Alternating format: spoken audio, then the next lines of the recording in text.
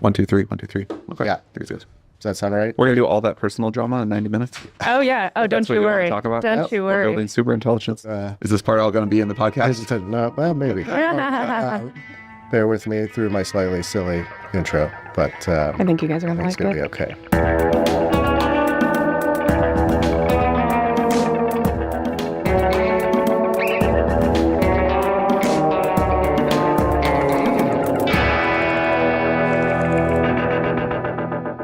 Welcome to the Fortress of Finance, the capital of capital.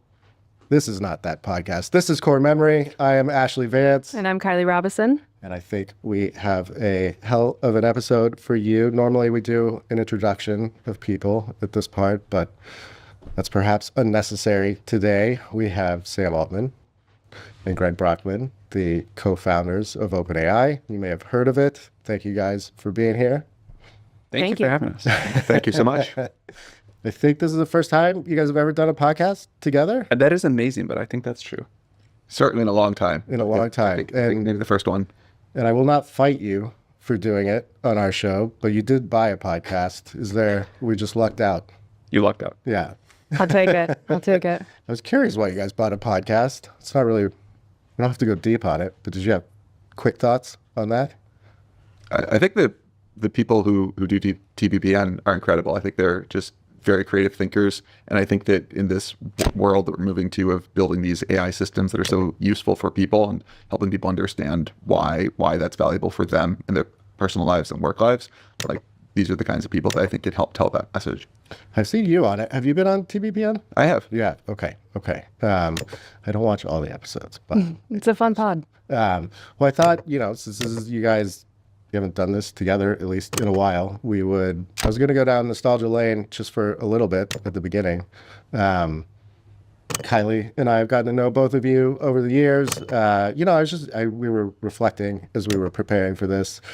We're a little bit past the 10-year anniversary. You guys are two of the remaining co-founders. I think Wojciech is the third. So you're this constant line that's been running through the company. You started as an underdog, you ended up as the top dog. It's all through a lot of drama, undulations. I was genuinely curious at how your relationship through all this has changed and how you guys have played off each other and if it's morphed over time. It is extremely nice look, we all wish there were less drama. We wish we just got to focus on tech.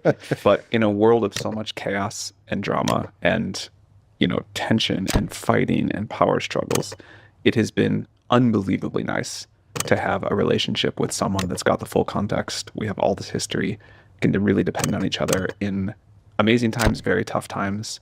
It has been one of the nicest things about all of OpenAI. In many ways, the very first moment of OpenAI was right after this dinner that we did in July of 2015.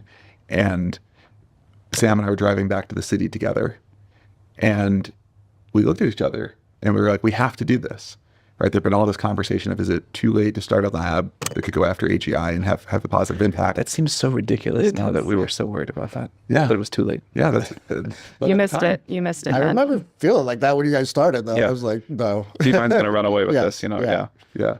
And, the conclusion from dinner was it wasn't obviously impossible. And I think both of us just felt like, okay, this is just so important. We just have to do it. Yeah. And I think that spirit continues. And a lot of how we operated in the early days, like I remember I was unemployed at the time, so I was full-time on it the next day. Sam actually had a day job, but we were constantly on the phone, probably 5 times a day. Yeah, exactly. Were you guys already, close friends already at that point or not? We had known each other for a super long time, or it felt like I don't actually. Yeah, when we met 2010, 2011? Whenever you started at Stripe. That's right, yes. So we met through the Carlsons. Yeah. And so we'd been kind of casual social friends. I guess it wasn't as long as I thought. Yeah, maybe it was 2010 and this was now 2015. So 5 years. Time compresses.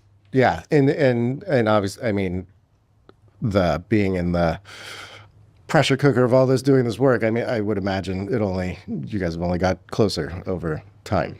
Yeah. People use the word trauma bonding. I hate that. I like the other things about the people you're in the foxhole with. But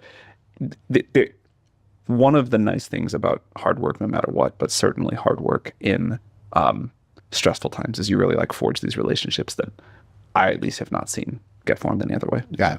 And I do think the way that Sam and I work and relate is maybe different from what you'd expect from a typical co-founder relationship.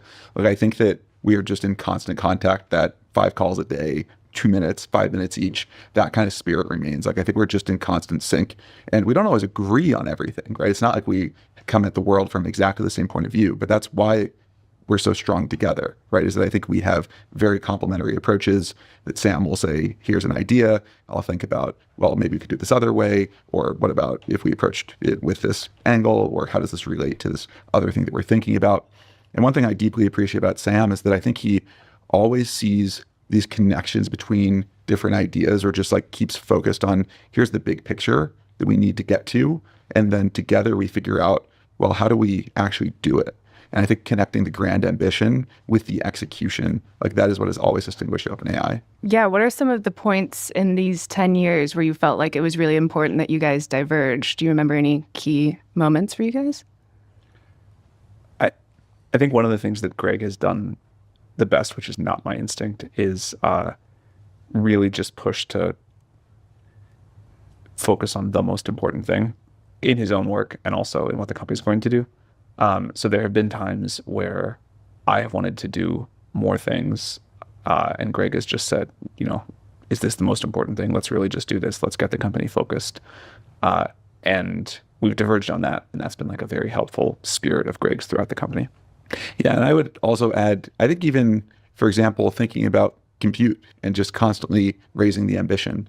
And sometimes I feel like, okay, I kind of logically know that yes, like we're moving to this compute powered economy, and yes, that demand is always going to outstrip supply, but like we've got all this like hard work to do, and we already have all these big computers and we're operationalizing them, and you still have all of this like just physical infrastructure to build, and you feel already swamped in it. And Sam is like, no, we need even more.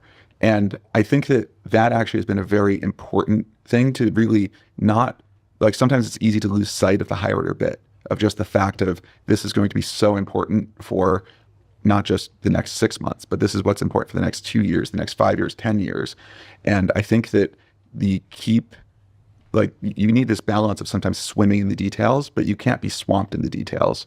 And I think that balance is something that I think, again, is what really has contributed to what OpenAI is and where we are going to go. There must be one product or strategy you guys have. What's the one that you've disagreed about the most vehemently? I was just thinking when Greg was talking about this is not a product, but it was the thing that came to mind that I was going to say even before you asked that. We used to talk a lot about how to talk about safety. We never disagreed on the extreme importance of safety and what it will mean to get this right or get this wrong. But the field has had a strange relationship with how we've talked about safety, how we've used safety, and how much that becomes about power versus actually keeping things safe. And I think earlier in our history, I got swept up more in we got to really talk about this in a particular frame. And Greg was very disciplined about, we're not going to fall into the traditional frame. We can't talk about it that way. Now, even then, I think we have, because this is so important, I would ever have fallen into the trap of still talking more in the wrong frame than we should. But I think one of OpenAI's greatest contributions to date has been finding a different way to talk about safety, not just in how we build the products and how we talk about what society needs to do, but like how we deploy them, the whole idea of iterative deployment, and actually getting to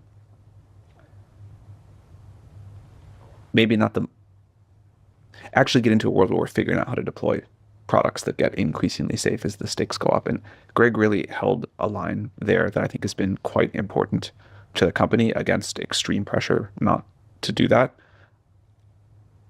And I think that's been like quite important to our whole strategy, not just how we talk about things, but how we ship and build products. Yeah, and if you look at, for example, the OpenAI Foundation, which is the nonprofit that governs OpenAI and has a very large chunk of equity, one of its pillars is AI resilience. And what that really means is thinking about, how do we make AI be something positive for the world? And the answer is not any one intervention, right? It's not you have chain of thought monitoring and now you've achieved the mission. It's really a whole deep sequence of different ways that society should orient around this technology.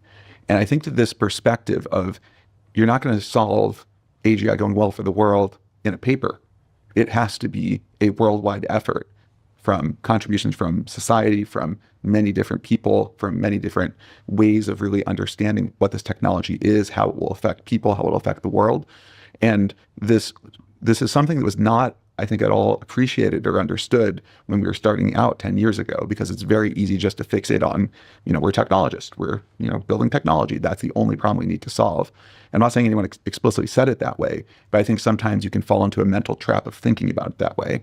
And so a lot of what I think we have spent time on is being first principles thinkers and really thinking about how do you operationally deliver transformative technology to the world in a way that is going to actually help people in their daily lives. And one thing you realize is, well, if you have a very powerful piece of technology that will change things, probably it's going to go better if you've had a less powerful piece of technology that you've already helped change things in a positive way. And so if you just think about it that way, you start to really be pulled down this road of thinking about resilience, thinking about iterative deployment.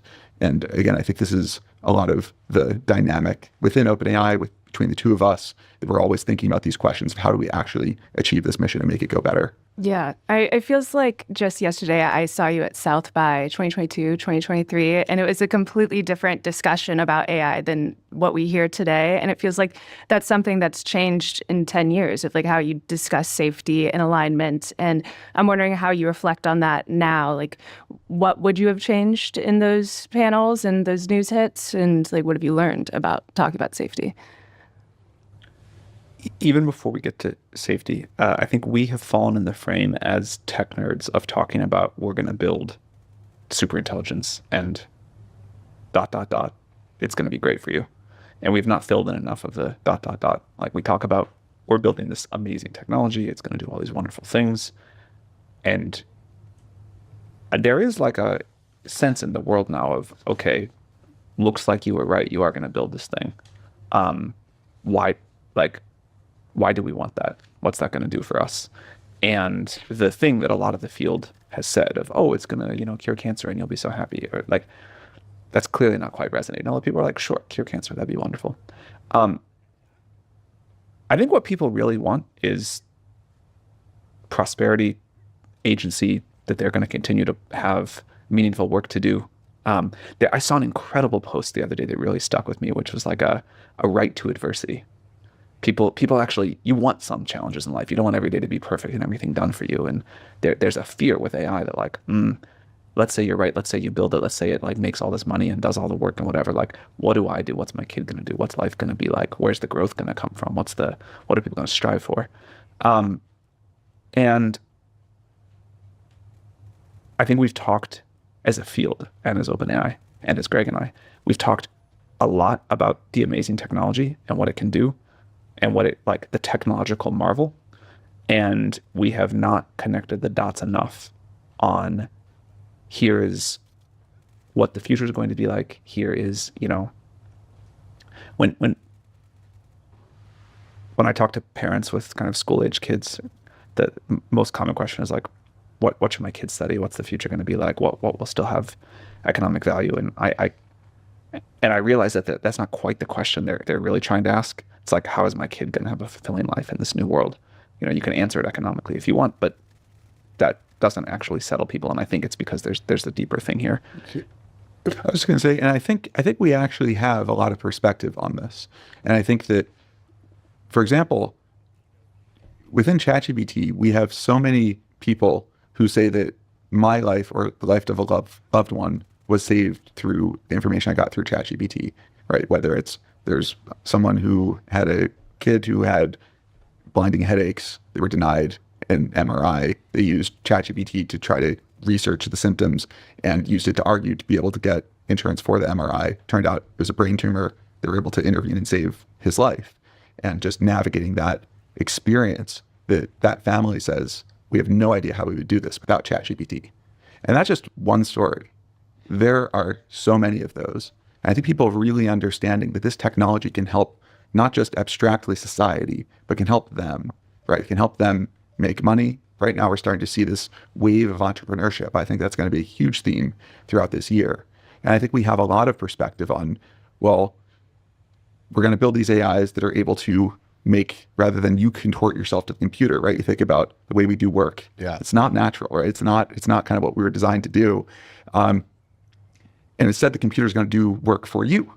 And the question of, well, what is the work? What is good? Like, what is the thing that you actually want to be done? That's going to be something very deeply human, right? This agency, this empowerment.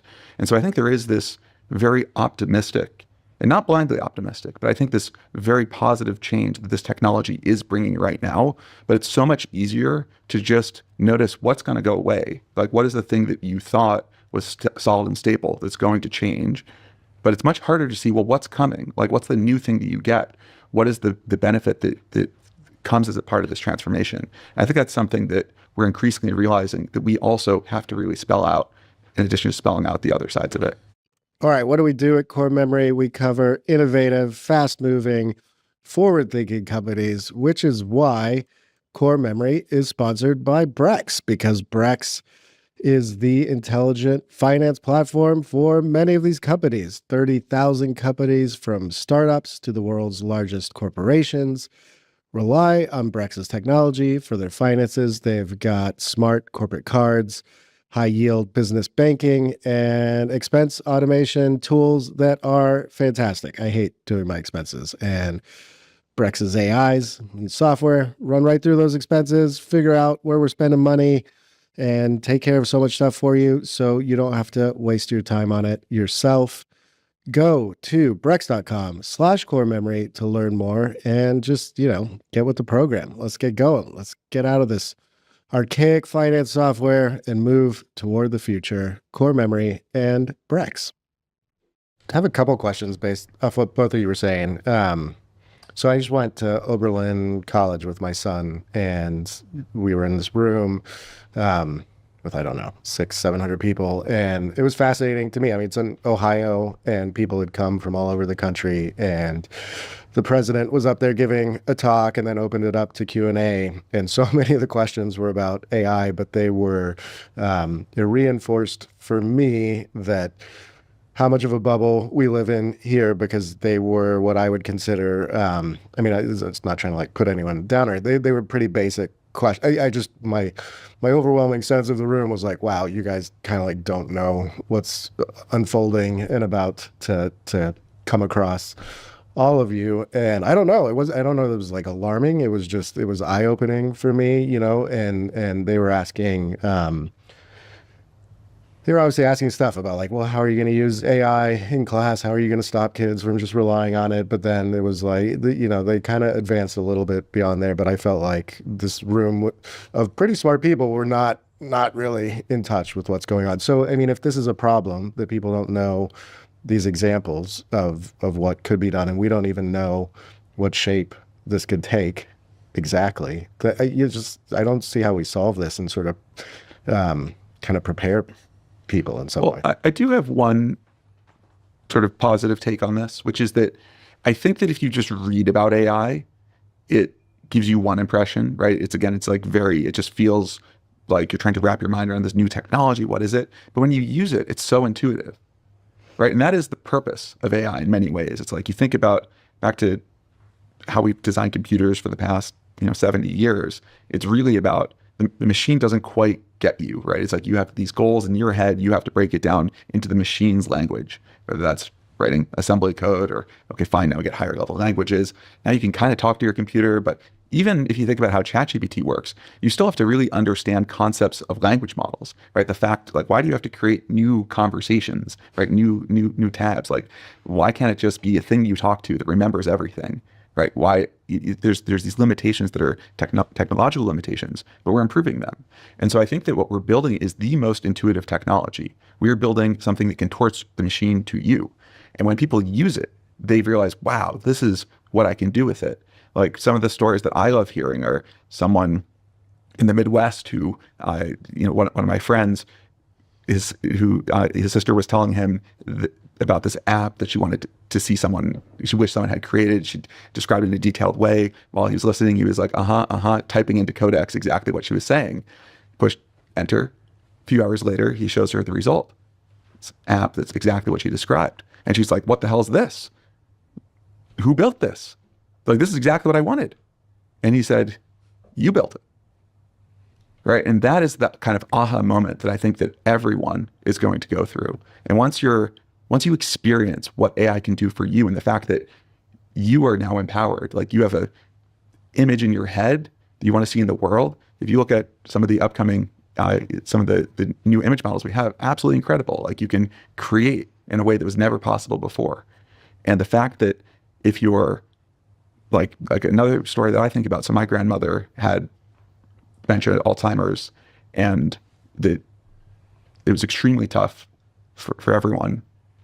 But one thing that really stuck out to me was she was actually able to use her Alexa to play music, and she could still remember the lyrics and sing along to songs. And it was just a way that she was connected to who she was through technology. And that really stood out to me. It's like, if you can build interfaces that are intuitive, that anyone can connect to them in ways that right now it feels like we have pieces of technology that are targeted to specific individuals, or that you have to build all this skill that's not really related to deeply what you want, but is just somehow specific to the tech itself. Three things came up for me during what Greg was saying, which I agree with all of.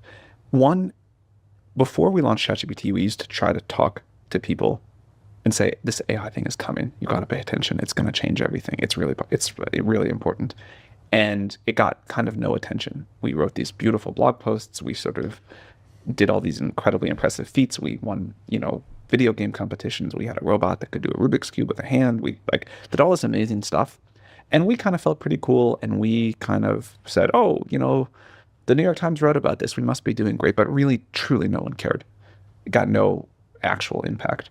And then we launched ChatGPT, which was by far not the most impressive technological thing we had done. By far. And as soon as people could feel it, they're like, okay, I understand it. I think that was the moment probably most that the world has said, maybe this AI thing is real, like collectively all at once, because people can use it and they can get value out of it. They can develop their own sense. It's very different than hearing about it. That's happened again, as Greg said, with coding models. But those have really been the two kind of like large, significant moments where I think the world has updated and said, okay, there's this thing happening. There will be more in the future. But so far, the fact that you can ask a computer anything and get an answer, or have a computer do anything with code for you, those have been really powerful. And I think that's how the world is going to update. Us saying super intelligence is coming, is going to change everything. Maybe the people that listen to this podcast will sort of say, all right, sounds reasonable. Probably we should pay attention to that. But it won't have the big impact on the world. So I think the most important thing we can do to help that audience of people think not just about like, what does this mean for people not cheating in class, but like, what is this going to mean for the world, is to ship great, delightful products that create a lot of value and are easy for people to use. And we will continue to do that. The second thing is, we have seen again and again in our history that when we put something out that's pretty good, people say, I can't really imagine what happens if this gets better. It can't get much better. This image model that Greg was mentioning, which we'll launch soon, was a real example of that for me. I kind of roughly thought image generation was solved. I was like, yeah, it's really good. Like, I don't need it to get any better. There's other. And then this new thing has been a real reminder of like, wow, this can go so much further and there's so much more I can do. What does it do?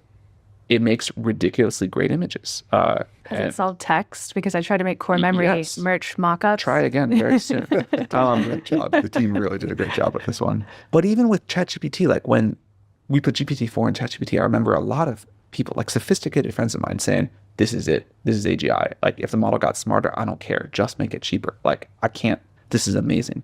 And if you go back and use that, whatever it was, I guess like March of 2023 version of GPT-4, you'll be like, this was terrible. But at the time, people were like, it's solved. It's solved. I mean, it's beat the Turing test. It's done. It can't get any, and then it gets better and better. And it, like, you can just keep raising the expectations and possibility of what you can do, to say nothing of then you get into reasoning models and do code. I'm just talking about how much better ChatGPT got in that time period. So I think we see this again and again too, where the world is like, okay, you made this amazing thing. That's as good as it's going to get. That's as good as I need. And then month by month, or at least quarter by quarter, expectations and ability ratchet up in a huge way. And then the third thing that Greg was saying there is these models are still quite dumb relative to what they will be, but more than that, they have quite limited awareness of your life. You are still having to like massage them and cajole them and try to get the thing that you want. We are no longer that far away from a model that just knows all of your context. It knows about you. It knows about your life. It knows what you're doing. It knows what you care about. It knows about the people in your life. It has access to your computer and your browser, and if you want, of course, in the ways you want. And it has access, maybe increasingly over time, to what's happening in the real world around you. That is going to be a complete change to what it feels like to use a computer and what it feels like to use AI. And I am tremendously excited about that, but I don't think even we have a good intuition yet for what that's really going to feel like. Yeah. I mean, to that point, you think about how much time you spend right now just explaining to chat or whatever tool you're using what's going on. And think of how frustrating that is. Like if it's like you had a coworker, you're constantly trying to explain to them, no, this is kind of what I want. This is what's going on. There's the context. I prepackaged it for you. That. Exactly, right? Like it's just not, it's not really how you want these systems to behave. And just to say one more thing on what Sam was saying is that I think that one of the biggest technical challenges we have at OpenAI is too much opportunity. Like AI is this like field of boundless opportunity. No matter what dimension you expand on, there's going to be something new and unprecedented and amazing. And so the important thing is having a vision for where can we really focus, where we're going to get the most returns and the most benefit from this, having multiple different efforts that all add up to something. And I think that when it comes to, we have these coding systems now, but I think it's going to clearly expand to just all computer work. And it's funny, by the way, that, you think about just the degree to which you have all of this, like the work that you do, it's like very seamlessly interlinked between you're having in-person conversation, you're typing this on your computer and trying to really figure out how to get the context in there. It's going to be such an important problem. All these things matter. But then also in your personal life, you really want this, and we're starting to call where we want to go the personal AGI, right? This AI that really knows you, has the context that you can trust it, right? That you ask it questions related to finances or health, and it can give you trustworthy information. All these things are important, and it needs that context as well. And so you start to really see that there's this blurry line between an AI that's used for this deep computer work and an AI that's used in your personal life at a technological level, even if you want different systems, because you want one that's really just knows your work context, one that knows your personal context. And so you can pursue those in parallel and build on the same technological foundations. And the thing that I find most amazing about the technology we're building on is it's all at the core one neural net, right? It's still deep learning. You're scaling it up. You're building one system, and you're applying it to all these different amazing applications.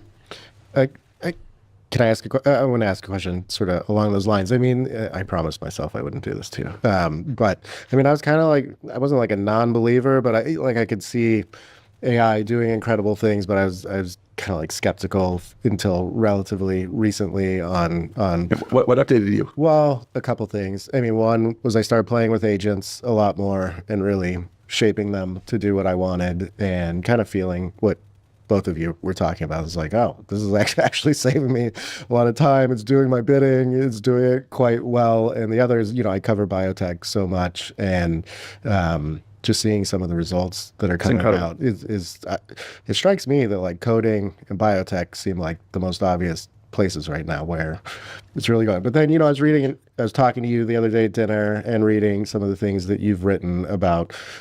I see this clear path based off LLMs to going to what you describe. I still have this part of me, though. I think it's because I deal in language so much, where the writing is still not great, where this is nothing other than like anecdotal and intuitive. Is just, it strikes me that the feeling I get back still is like, no, this is not have the same thing. I a have super the same- intelligence. We are not there yet on personality. But like, on does LLM writing, get you? but LLMs will get us there. Won't get you there. Yeah, I would just think of it as it's very jagged, right? And I mean, it's okay.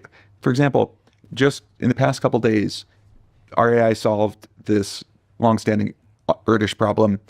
So this mathematical mystery that's been, of great interest for a long time. A mathematician spent a lot of time working on this, many years thinking about this problem, posted about his views of what the contribution was. Terence Tao also is saying that this looks like there's like maybe a connection between different fields of mathematics that this AI has discovered. And we're starting to see real beauty come out of these machines. Now, that's a particular domain, right? Mathematics is very different from creative writing. And I think that the fact of these AIs being able to have interesting insights and being able to help, there's so much that these mathematicians are now saying, well, think about what more we can do. And so I think that we have a jagged frontier in terms of what these AIs are good at. We know how to keep pushing that frontier back. But I think that the thing that we're really looking for, if you think about AlphaGo Move 37, right, that was something that not just, it was this deep insight, but it really changed people's understanding of the game of Go, and more people play Go now, right? So it really increased the meaning of what people were doing.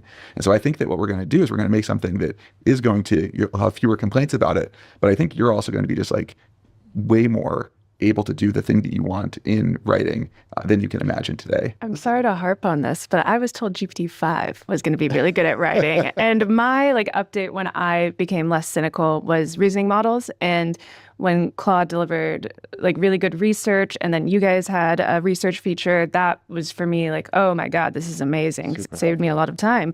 But I was promised before that I would have good writing by now. The writing feels there's no soul. There's something missing. Well, I'll tell you. So, from a technical perspective, the technology we have is you can train a model in this unsupervised way, right? So we look at all the publicly available data and it learns to predict what comes next. And it's really about putting it in a new situation, trying to figure out what's a reasonable thing to do. Then we do a reinforcement learning step where it actually tries out ideas and it gets rewards and punishments based on how well it did. Just positive signal, negative signal, not. You're not beating it? Exactly, not at all. Yeah, just this signal. And then the hard part is, well, how do you judge? How do you decide if something was, thumbs up or thumbs down? And so in math and science, much easier than in some of these more open-ended fields. But we also have AIs that are getting much smarter and much more able to provide that kind of reward signal. And so I think that the part of the challenge has been, how do you expand the set of tasks that can be graded? And that's been a lot of the focus. And it's actually very interesting. A lot of this stuff dates back to the very beginning of OpenAI. We kind of had to picture this is how it would go. But I would just say, I think we're getting there. I think we definitely have a lot more progress to make. But yeah, hopefully you can keep giving us feedback and we'll be able to improve it for you. One embedded challenge in that is that the writing you want is very different than the writing that most people want. And right now we have to, make a model that about 1 billion people use and all kind of like. And what we'd like to do is to get the model so good at personalization that you think it's a great writer, and some other person that has a very different kind of life and set of needs than you also thinks it's a great writer for what they want. And those are very different things. I think that's what I'm kind of asking though. For the personal AGI, you would want it to have that sparkle, that soul, that sort of that magic, right? And Totally. And if it's not, and I saw, obviously Jan LeCun's been arguing against this for a long time. I caught this Demis thing very quick where